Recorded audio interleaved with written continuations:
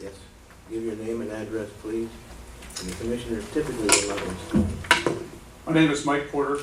I live at 85 Conifer Court, Port Ludlow, and I'm an avid cyclist, having cycled all my life, and recently having cycled clear across the United States, and I support cycling.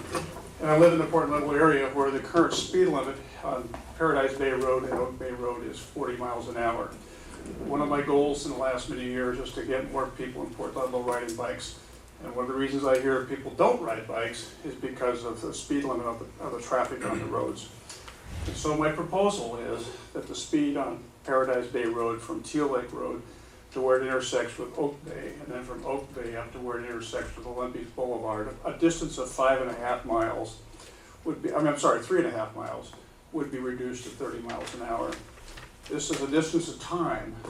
Right now it takes, if you drive that same distance of 3.5 miles at 40 miles an hour, it takes 5.5 minutes.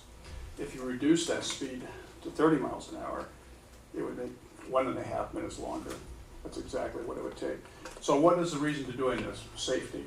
Safety is just overwhelming.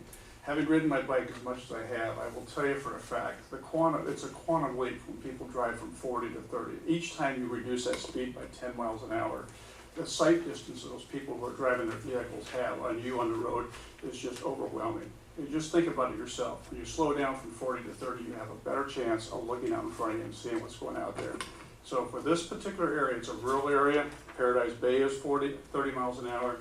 Port Havelock is 30. Of course, Jefferson, Port Townsend is. So I think it's a residential area now. Finally, besides the safety issue, the commissioners should be thinking about how to conserve energy. And there's a licensed vehicle called a neighborhood electric vehicle.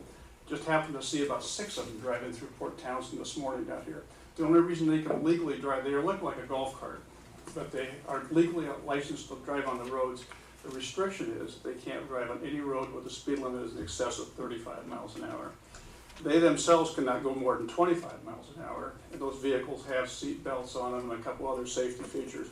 But they are overwhelming a vehicle that would be a super vehicle for people in Port Ludlow, because a lot of people in Port Ludlow drive down to the grocery store in their car, or go to the golf course, the tennis court, where if they had a vehicle like this, they could do it with that vehicle. So I thank you very much, and if you have any questions?